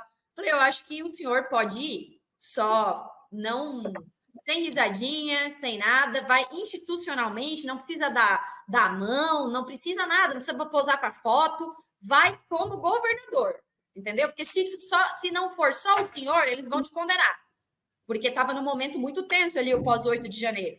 Agora, eu concordo que o Tarcísio tá nesse ponto, ultrapassando, né? Eu não tenho nenhum, nunca falei com ele na minha vida, eu não tenho nenhum relacionamento com ele para falar alguma coisa.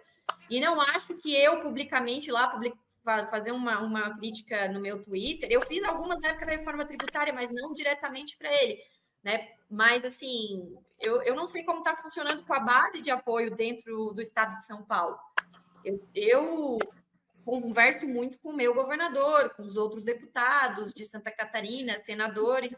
Agora, é um escárnio para as pessoas que estão vivendo sob uma ditadura, sendo presos, impedidos de trabalhar, como as pessoas de Santa Catarina lá que eu converso, que estão com tornozeleira. Então, e choram, né? Porque é uma humilhação muito grande para essas pessoas simples que nunca tiveram um processo na vida, nunca tiveram nada com a justiça na vida, ter isso. São pessoas realmente humildes. E é impressionante, sabe, Adriles? Se você pegar o processo de cada um, eles puniram as pessoas mais simples, né? Faxineira, negros que eles falam, né? Que só prendem negros, enfim, encarceramento de negros. Então, enfim, é o momento que a gente está passando. Eu me elegi falando contra isso e vou continuar lutando contra isso. Agora, claro, dentro dos nossos limites, dentro das nossas possibilidades, sem bravata, né? Sem falar, por exemplo, tem gente que chega para mim, até a deputada Ana Campanholo, para mim a melhor deputada do Brasil, deputada estadual, ela fala muito, Júlia, a gente conversa, Júlia, a gente tem que também orientar o nosso eleitor, porque muitas vezes ele está indo numa onda que não é verdadeira, que não está certa, então, às vezes a gente tem que ser dura, né, também com o eleitor, e muitas vezes, por exemplo, vou dar um exemplo, tem um movimento que lá em Santa Catarina, que é o Sul é o meu país, né, isso já é um movimento de anos, aí abaixo-assinado e bababado, e o pessoal fala, a solução para os nossos problemas seria o Sul se separar do resto do Brasil. Eu falei, mas isso nunca vai acontecer. Nunca vai acontecer e não é com o abaixo-assinado que vai acontecer. Eu posso botar lá na minha rede social um abaixo-assinado para você assinar e comentar isso? Eu não fiz isso, né? Mas isso é uma ilusão. Quando você analisa, eu falo para as pessoas, quando que na história territórios foram separados? Só depois de guerras, né? Então, você está disposto, né? Eu falo, tipo, brincando, porque é óbvio que ninguém quer isso, mas o que acontece? Então, tem muita coisa que o pessoal faz para movimentar a sua base eleitoral. E eu gosto de lidar com a realidade, de falar o que realmente acontece, porque as pessoas precisam entender mais de política, né? As pessoas precisam entender de política para que essa autorresponsabilização que eu quero que cada eleitor tenha, né, sabe que isso tem que vir de fruto de muita informação, de muito conhecimento, que graças a Deus hoje nós temos comunicadores como vocês, por exemplo. E, deputada, tem um ponto interessante que você trouxe, que primeiro, a pessoa tomar a noção e se autorresponsabilizar pela dimensão cultural. Então, isso é fantástico. E, claro, isso daí vai ter um efeito nas decisões políticas dessa pessoa. Agora, tem outra questão que eu acho muito sincera também do nosso lado, que eu, a Adriles e a Geisiane, a gente tem isso em comum. O fato de você, por exemplo, o fato de ter alguém como o Tarcísio, muitas pessoas querem se aproximar do Tarcísio ou para conseguir um cargo, ou para fazer negócio, ou para tirar uma foto. E o nosso compromisso aqui é com a verdade. A gente não tem essa necessidade de bajular alguém simplesmente para poder sair bem na fotografia ou para ganhar algum espacinho junto com aquela pessoa. E esse é o nosso medo. A gente olha muita corte em volta de algumas figuras e daí a crítica verdadeira não entra. E o bajulador não é a pessoa que está a fim de te falar a verdade, porque a verdade às vezes é inconveniente, ela é chata. E isso não quer dizer que nós sejamos donos da verdade, né? Aqui são leituras da realidade, mas a gente percebe muito isso. Existe um encastelamento de algumas pessoas que ontem estavam falando, pô, o Tarcísio está errando aqui. Hoje estão falando, não, é tudo fruto de uma grande estratégia. Você fala, opa, peraí, cara, não me engana. Eu não sou bobo, acho que ninguém é bobo aqui de falar que o Tarcísio tem estratégia no campo cultural. Não tem. Não tem, é zero. Mas ele é um aliado, ele não é um inimigo. Tudo bem, é um aliado, mas é que tá. Eu não Você posso quer jogar um aliado no colo do outro lado? Mas esse é o ponto, Júlia. Eu não posso ser considerado um inimigo por criticar o Tarcísio. Exatamente. Tem muita gente que vai chegar e falar, pô, Marco Antônio, o Adrilles e a Geisiane estão dividindo a direita. Só, cara, como que eu estou dividindo a direita se eu estou falando? O nosso ponto... Aqui, bom, primeiro que eu concordo com o que a Júlia falou a respeito do cenário do STF. Eu concordo e eu não recomendo que as pessoas vá para a rua. Não recomendo. Vocês vão se colocar alvos em vocês e não vão ter retaguarda. O primeiro ponto é esse. A grande questão, você citou a Ana Campanholi, para mim, a Ana Campanholi é a melhor política do país por um motivo muito evidente. Ela consegue fazer articulação, é uma pena que ela só é estadual, mas ela consegue fazer articulação dentro do estado dela político, então, para as coisas formais, burocráticas, ela está lá representando, e ela tem um baita trabalho na frente cultural. Ela faz cursos de formação, ela traz selos de livros antifeministas, de livros que não eram publicados aqui antes da intervenção dela, que passou a ser publicado com o trabalho dela. O Tarcísio de Freitas, ele faz lá a parte burocrática daqui de São Paulo, que aí não tem o que a gente falar, ele é um cara que entende muito dessa parte tecnocrata, mas quando chega na parte cultural, ele não faz nada. E ele não só não faz nada que nos favoreça, que nos ajude, que defenda a nossa agenda. Pior, as ações que ele tem no campo cultural endossam diretamente toda a agenda cultural da esquerda. Diretamente. Então, ele é pautado culturalmente pela esquerda. Quando nós apontamos isso, fala, peraí, mas isso aqui não é da nossa base, isso aqui não é nosso. Imediatamente nós somos, vocês estão dividindo a direita, não é momento de criticar agora, nunca é o momento de criticar, não é o momento de criticar agora, nós somos colocados como inimigos. Não é inimigos. Quando eu voto num político, eu não voto para que ele tenha somente a capacidade técnica burocrática da governabilidade. Eu voto também para que ele defenda uma agenda cultural junto comigo. Como que os nossos políticos se elegem? Com a pauta armamentista, não, nós temos que ter o direito à legítima defesa. Com a pauta pró-vida, não, eu sou contra o aborto, eu não vou defender aqui assassinato de bebê. Então, assim, tem uma série de coisas que fazem parte, a liberdade econômica, a liberdade de expressão, tem uma série de elementos que compõem a agenda cultural, e quando eu voto numa pessoa, eu estou votando também, e principalmente, às vezes, principalmente o que mais motiva, é o que mais leva, é pela série de valores que eu defendo. Então, quando eu, enquanto eleitora, e eu, enquanto comunicadora e socióloga, estou aqui defendendo mais uma vez os meus valores, eu não sou inimiga. O que eu quero é justamente o contrário, é puxar para cá, é alertar, é falar, olha, não é isso aqui que a gente defende. Ô, Geisiane, você esperava, sinceramente aqui, você esperava que o Tarcísio fosse atuar nessa agenda cultural? Porque eu nunca tive essa... Não, porque é positivista. Mas não, ele é positivista. Eu não sou eleitora de São Paulo, mas eu nunca tive. Eu vejo ele como... Ele é militar, né? Ele é militar, ele é um bom gestor. Mas, assim, bom gestor não tem... Bom gestor pode até... Mais difícil, pode até ter do lado da esquerda, mas a história mostra que não, né? Mas, enfim, pode ter de qualquer espectro cultural. Desculpa, político. Sabe qual mas, assim, eu não esperava isso dele. Eu não sei se ele se comprometeu durante a campanha, porque eu não acompanhei. Eu estava muito na campanha de Santa Catarina, assim. Então, vocês podem me dizer melhor do que eu do que ele se comprometeu. Eu não sei. Mas eu vou... Mas o ponto não é nem o comprometimento dele. O ponto é que nós não podemos ser taxados como os que estão dividindo. Essa que é a grande questão. A gente precisa amadurecer o eleitorado para entender que as críticas são pertinentes, que elas existem. Um tweet para terminar. Por exemplo, é acusado de fazer alguma coisa contra o Bolsonaro porque a gente chegou à conclusão de que ele não é um líder, de que ele cumpriu o papel dele enquanto presidente, mas que ele não tem mais esse papel agora. Quem não tem? Posso falar? Bolsonaro. Tem, sim. Eu vou discordar. A gente nunca esperou do Tarcísio que ele fosse mais do que um bom gestor, até porque ele nunca fez nenhum tipo de promessa ou entabulação de um discurso de guerra cultural dentro da sua campanha e em toda a sua carreira. Mas o problema é exatamente isso. Em tempos de crise nacional, em tempos que a gente tem uma ditadura, sobretudo uma ditadura subliminar de uma opinião única, que é incrustada dentro da mídia, dentro das universidades, dentro da escola, agora dentro do judiciário, questões pró-aborto, questões pró-manifestações pró-LGBT. Não tem nada contra LGBT, mas as questões de disseminação, de destruição da família, de apologia à promiscuidade.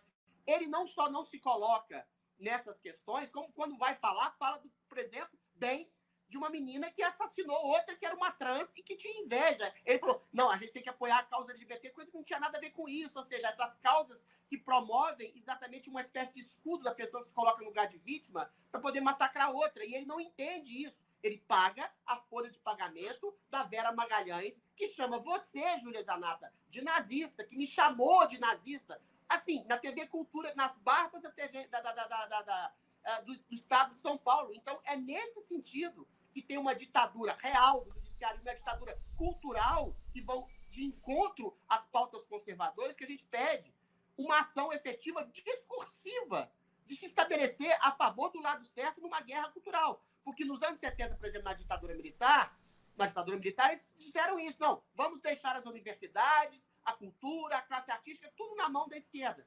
Não vamos preocupar, vamos preocupar só com gestão. Aconteceu o que aconteceu.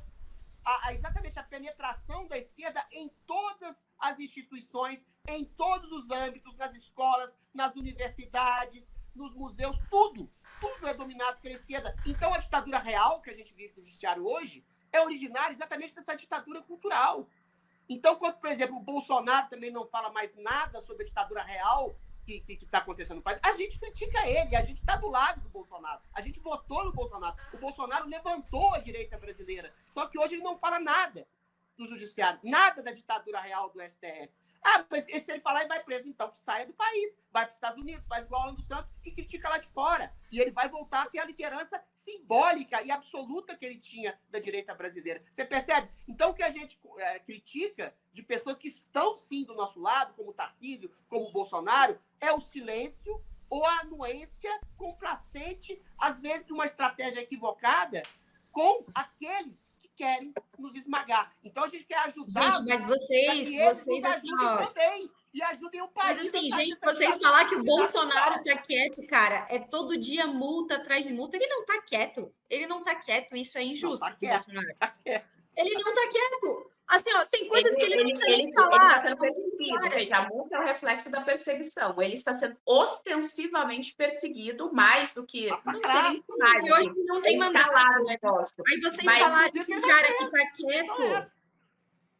tem coisas que não precisam... Ele não precisa ficar falando a todo momento o que está acontecendo. Isso aí tá... Todo dia a imprensa fala. Né? A imprensa fala o que está acontecendo. Noticia e as pessoas estão percebendo. Fala mal, mas quando a imprensa fala mal, o povo interpreta da outra forma. Agora eu vou falar sobre o Tarcísio. Essa semana eu vi um tweet falando porque o Tarcísio culpou a homofobia e o bullying, babá. Eu peguei, não é possível. Pega essa fala dele aí, quero ver. Eu fui ver.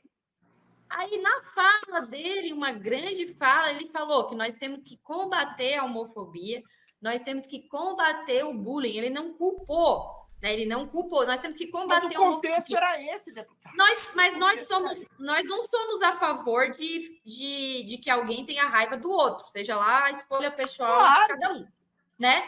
Mas então, assim, eu achei errada aquela crítica que foi feita a ele, porque ele não falou mas era um dessa homossexual, forma. Trans. E veja, o Tarcísio não é meu amigo, não estou aqui advogando por causa dele, nada.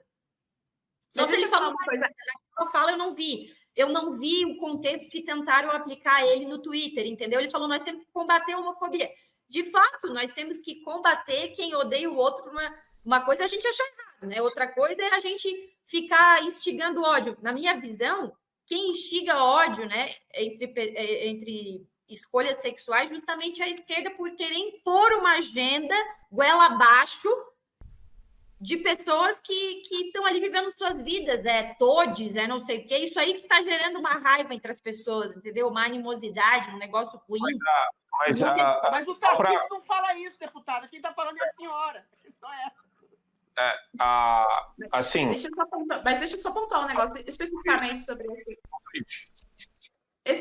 sobre esse caso. Por que é uma defesa da agenda da esquerda? Porque não foi isso que aconteceu. O rapaz que estava envolvido no crime, que cometeu, aliás, o crime, ele tem claramente distúrbios psiquiátricos e foi descoberto que o crime que ele cometeu, a motivação não foi nada de homofobia ou alguma coisa nesse sentido. É porque ele sentiu prazer em tirar a vida de uma pessoa. Para a gente, isso nos choca porque é o ápice da maldade. Mas existem pessoas que têm distúrbios psiquiátricos que é nesse sentido. Era isso. O que foi reverberado na grande imprensa, então o que foi reverberado? Globo, CNN, assim, esse mainstream todo, foi o discurso da homofobia. Quando eu tenho um governador que vem pautado por essa manipulação na imprensa, e não de que, opa, peraí, gente, mas a motivação do crime não foi essa, o que nós estamos tratando é isso. Pelo contrário, a imprensa politizou o caso. Nós estávamos falando de uma pessoa com distúrbios psiquiátricos que cruelmente tirou a vida de outra. A imprensa politizou o caso, falando que era homofobia, transfobia. O Tarcísio foi nessa onda. Ele se deixou pautar por isso, percebe? Então, assim, se ele não quer se envolver, o Tarcísio não tem obrigação de comentar absolutamente todos os casos que acontecem. Se ele não quer se envolver, se ele não quer ser pautado pela esquerda, então, nesses casos, eu prefiro que fique em silêncio. Essa que é a grande questão. O jogo cultural que vai acontecendo, nós estamos percebendo e nós ficamos aflitos, porque queremos que essas pessoas que estão nos representando também percebam esse jogo. E pouco se falou, né, que ele era, sei lá, um homossexual. Transexual. Falou, né? Transexual. Esconderam ele. Mas deixa eu só... O Marco quer que a gente não fale mais, vocês estão percebendo, né? Mas vamos falar. Olha só, deixa eu só falar uma coisa. Uma coisa que eu acho muito importante, e eu sou formada em jornalismo, depois sou advogada, mas já trabalhei em Secretaria de Comunicação, de Governo do Estado, enfim. E o que eu acho que foi um grande erro, inclusive, do governo Bolsonaro, foi a comunicação. Porque no governo tudo pode andar mal, se a comunicação andar bem, a imagem que o povo tem é do marketing, né? E o que acontece? Eu não estou acompanhando 100% essa questão em São Paulo, vocês acompanham muito mais, né? Eu cuido lá do meu cercadinho de Santa Catarina. Mas o que acontece? Mas São Paulo reflete o país todo, né? Então, o que acontece? Ali, eu vejo ele deve estar cercado de pessoas na comunicação dele que são esquerdistas, que é muito comum, né? E aí, como ele não tem domínio dessa pauta, dessa parte cultural, e não deve ter ninguém assessorando ele. E algum aliado deveria falar para ele, por bem dele, porque nós queremos o bem dele, né? Vocês certamente estão dando graças a Deus que o governador não é mais aquele xarope do Dória, né? Intragável, que, meu Deus. Então, o que acontece? Deveria falar, governador, o senhor tem que se aproximar de pessoas assim, escuta essa parte aqui, né? O executivo, quando você está no executivo, você tem que ter um jogo de cintura muito grande. Não é que nem eu, deputada, que preciso agradar 2%, 3% do meu eleitorado, como eu me elegi. Você tem que agradar 50% mais um, e aí meu Deus, é um malabarismo eterno. Então, o que acontece? Só que ele não pode desagradar a base principal dele, né?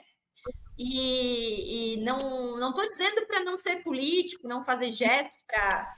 Não estou dizendo para a esquerda, né? Mas ali para o centro, enfim. Só que ele deveria ter alguém assessorando ele nesse sentido. Por exemplo, eu, se fosse governadora, chamaria os comunicadores de direita para uma reunião, para dar abertura, o que vocês estão sentindo. Se aproximar, às vezes é só um gesto. Então, o que eu vejo, por exemplo, o Bolsonaro, Eu vou falar uma coisa para vocês. Eu sempre tive um ótimo relacionamento com os jornalistas do meu estado. Mesmo eles não gostando do Bolsonaro. Eu sempre tive um ótimo relacionamento. Eu nunca tive problema com jornalistas. Tive, sim, com blogueiros bolsonaristas. Que falaram mentiras sobre mim. Com o interesse de um adversário meu, por exemplo. Então, eu sempre tive um bom relacionamento. O Bolsonaro, acho que ele foi muito judiado, né? Levou muito pau aí da imprensa e acabou, em alguns momentos, retrucando, né? Na minha opinião, talvez poderia ter levado mais fazendo malabarismos, tentado se aproximar de alguma forma. Eu paro de falar com alguém da imprensa quando realmente foi canalha comigo. Já aconteceu com uma mulher, inclusive, que fala que defende as mulheres, mas odeia eu e a Ana Campanholo, por exemplo. Então, é mulher na política, menos a deputada Júlia e a deputada Ana Campanholo. Então, o que acontece? O Tarcísio, eu acho que ele está mal assessorado nesse sentido. Se eu fosse uma deputada do estado de São Paulo, que tenho certa abertura com ele, eu chegaria a falar, governador, eu quero o seu bem. Então, o senhor precisa fazer isso. E se ele vai escutar, daí é outra história. Mas, espero que melhore. Poxa, queria agradecer demais a deputada Júlia Zanata por ter aberto aí um pouquinho da sua manhã, um pouquinho não, né? Um tantão. Era para ela ficar meia hora, ela ficou 1h50. Queria agradecer, deputada. Eu sei que seu dia a dia é muito corrido e você separar esse tempo para nós é muito especial para fazer um debate franco. Você vê, né? A gente acabou rodando 2 pautas aqui, Israel e a homenagem do Moraes, que acabou indo para postura do parlamento, como é que funciona dentro da direita, essa questão de mobilização popular. Mas queria agradecer do coração. Obrigado pela participação hoje conosco aqui. Eu que agradeço. Inclusive, eu fiz várias anotações aqui e ignorei, não falei nada. Eu ia falar da moça de Criciúma. Não sei se vocês viram, saiu na Folha de São Paulo, da moça da minha cidade que casou com o chefe do Hamas, depois se separou porque levou porrada do cara, violência doméstica, mas que agora deu entrevista para a Folha e disse que não quer sair da faixa de Gaza de jeito nenhum, que lá é o melhor lugar do mundo. E ela nasceu na cidade de Criciúma. Sim, ela deu essa declaração. Manda para nós essa reportagem. Era local? Era local? Não, ela saiu na Folha de São Paulo. Saiu na Folha? Boa, dizendo, a moça que nasceu em Criciúma, depois veio para Brasília e ex-nora do fundador do Hamas. Esse se separou porque levou umas porradas lá do cara. Imagina que não ia levar, né, gente? Pelo amor de Deus. Mas eu ia trazer esse caso. Depois eu vou mandar para vocês podem comentar. Tá bom? Obrigada pela conversa. Foi muito esclarecedor e estou à disposição de vocês para críticas, sugestões. Tenho certeza que vocês têm muito a colaborar. E obrigada.